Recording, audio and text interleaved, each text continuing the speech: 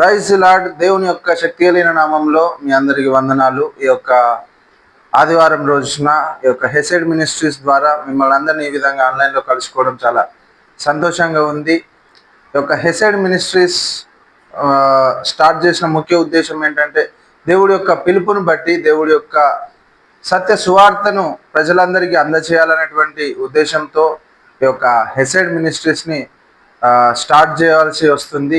ఏంటంటే గలతీలకు రాసిన పత్రిక 1వ అధ్యాయం 8-9లో పౌలు ఏమంటాడంటే, మేము మీకు ప్రకటించిన సువార్త గాక మరి ఒక సువార్తను మేమైనను పరలోకం నుండి వచ్చిన యొక్క దూత అయినను మీకు ప్రకటించిన ఎడల అతడు శాపగ్రస్తుడు అవును గాక. అంటే పౌలు ప్రకటించిన సువార్త, పౌలు ప్రకటించినటువంటి కృపా సువార్త, పౌలు రాసినటువంటి రచనలను మించి దేవదూతలు, ఈవెన్ అపోస్తులైనను దేవదూతలైనను ఆ బోధ కాకుండా, ఆ యొక్క సువార్త కాకుండా వేరే సువార్త ఎవరు ప్రకటించినా కానీ, ఎవరు ఆ సువార్తకు వేరే ఏదైనా అడిషనల్గా యాడ్ చేసినా కానీ, ఎవరైనా ఆ సువార్తకు నుండి ఏదైనా తీసివేసినా కానీ వాళ్ళు శాపగ్రస్తులు అని దేవుడి యొక్క వాక్యం సెలవిస్తుంది. ఈ యొక్క గలతీ రాసిన పత్రిక 1వ అధ్యాయం 8వ వచనంలో. సో వాక్యం అనేది ఈ రోజుల్లో ఏమైపోయిందంటే మిక్స్ అయిపోయింది, అంత డివైడ్ అయిపోయింది. కొన్ని భాగాలుగా విభజింపబడి, డినామినేషనల్గా విభజింపబడి, అంటే నాన్ డినామినేషనల్ అనేటువంటి కొత్త డినామినేషన్స్ కూడా వచ్చేసి వాక్యం అనేది చాలా ముక్కలుగా చేయబడింది డినామినేషన్స్గా. అండ్ ఎవరికి నచ్చినది, ఎవరికి అర్థమైనది రీతిలో వాళ్ళు బోధించుకుంటూ ముందుకెళ్ళడం జరుగుతుంది. మనం చూసినట్టయితే మార్క్స్ వార్త 7:13లో ఏముందంటే, making the word of God of none effect through your tradition. అంటే మనుషుల యొక్క పారంపర్య ఆచారాల వలన దేవుని వాక్యంను నిరార్థకం చేసి ఉన్నారు, అంటే ఎఫెక్ట్లెస్గా చేసి ఉన్నారు. దేవుడి యొక్క వాక్యం చాలా శక్తివంతమైంది.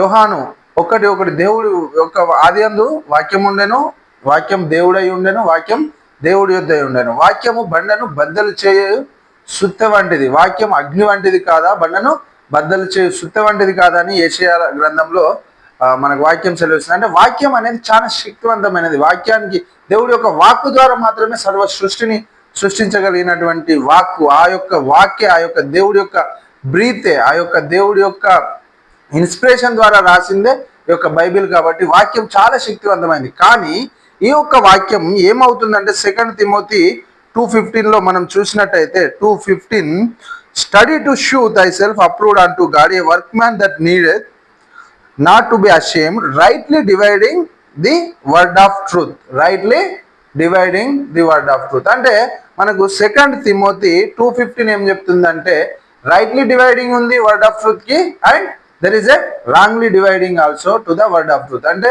దేవుడి యొక్క వాక్యాన్ని సరి అయిన పద్ధతిలో బోధించే వాళ్ళు మనకున్నారు, అండ్ దేవుడి యొక్క వాక్యాన్ని తప్పుడు పద్ధతిలో బోధించేటువంటి బోధలు కూడా మనకి ఈరోజు అందుబాటులో ఉన్నాయి. అదేవిధంగా మనకు 1 తిమోతి 4:1లో ఏం చెప్తుందంటే, now the spirit speaker expressly that in the latter times some shall depart from the faith, giving heed to seducing spirit and doctrines of devils. అంటే తెలుగులో మనకి ఇది ఎట్లా ఉందంటే, దయ్యముల బోధ అందును లక్ష్యముంచి విశ్వాస భ్రష్టులగుదురని ఆత్మ తేటగా చెప్పుచున్నాడు. అంటే మనకు ఈ డాక్ట్రిన్స్ ఆఫ్ డెవిల్స్ కూడా సంఘంలో ఉన్నవి, అంటే దయ్యం యొక్క బోధలు కూడా మనకు సంఘంలో ఉన్నాయని చెప్పేసి దేవుడి యొక్క వాక్యం మనకు సెలవిస్తుంది. అండ్ మార్క్ 7:13లో ఏం చెప్తుంది, ట్రెడిషన్స్ ఆఫ్ మెన్ అనేది మనకు వాక్యాన్ని ఎఫెక్ట్గా లేకుండా, అంటే పని చేయకుండా చేస్తున్నాయి. సో ఇలాంటి పరిస్థితులలో మనకు ఉన్నటువంటి దయ్యముల బోధ, and wrongly dividing the word of truth, and traditions of men అంటే మనుషుల యొక్క పారంపర్య ఆచారములు, ఇన్ని రకాలైనటువంటి బోధలలో, ఇన్ని రకాలైనటువంటి పరిస్థితులలో దేవుడు చెప్పింది ఏంటంటే పౌలు యొక్క బోధను మరలా తిరిగి ఆరంభించాలని. పౌలు గలతీలకు రాసిన పత్రిక 1వ అధ్యాయంలో ఏదైతే పౌలు చెప్తున్నాడో, ఈ యొక్క సత్య సువార్త మేము ప్రకటించిన సువార్త గాక మేమైనను పరలోకం నుండి వచ్చిన మరి ఏ దూత అయినను బోధించిన ఎడల వాళ్ళు శాపగ్రస్తుడు. అంటే పౌలు యొక్క బోధను, పౌలు ఏ బోధను, అపోస్తుల యొక్క బోధను, ఆదిమ సంఘం ఏ కృపా సువార్త అయితే విన్నారో ఆ యొక్క కృపా సువార్తను ఆ యొక్క సత్యవాక్యాన్ని బోధించడానికి ఈ యొక్క హెసెడ్ మినిస్ట్రీస్ అనేటివి మీకు అందుబాటులో ఉండబోతున్నాయి. అందరూ తప్పకుండా మా యొక్క ఛానల్ని సబ్స్క్రైబ్ చేయండి, రెగ్యులర్గా వీక్షించండి. మీ యొక్క సువార్త సత్యాన్ని మేము